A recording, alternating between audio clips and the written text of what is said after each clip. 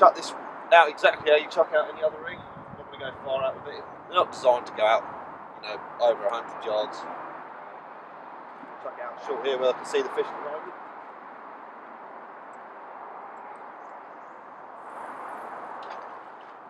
Hold it down, fin it down to the bottom like you would any other rig.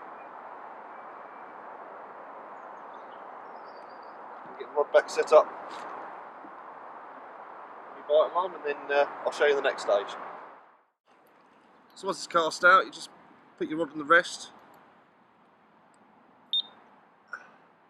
So out there at the moment, I can actually see that the float's let enough line out, so the float's now on the surface.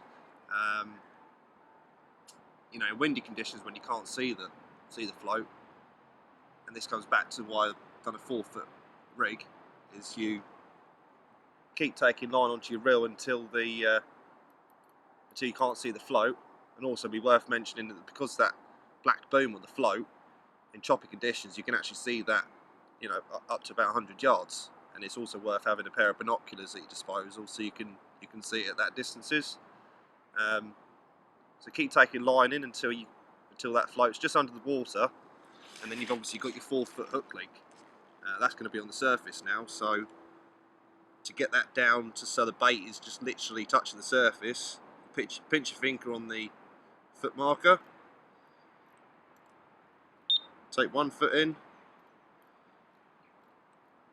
2 foot,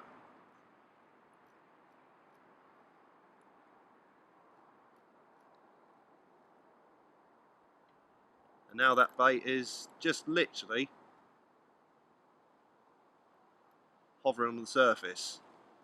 Now if you're feeding mixers and the fish are feeding on the surface, I'd leave it there. That's where the fish are, but where we are at the moment, they're about 1/2 foot under the water, so I now want to take another 1/2 foot down, and now that bait's 1/2 foot under the surface.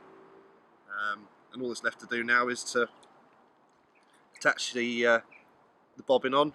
I use the titanium bobbins for, you know, all my fishing now, but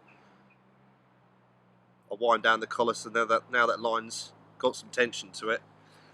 When I'm zig rig fishing, I want the line as tight as possible. You're not worried about the fish hitting your line or having slack lines because you've got your bait up in the water. You're not concerned about that.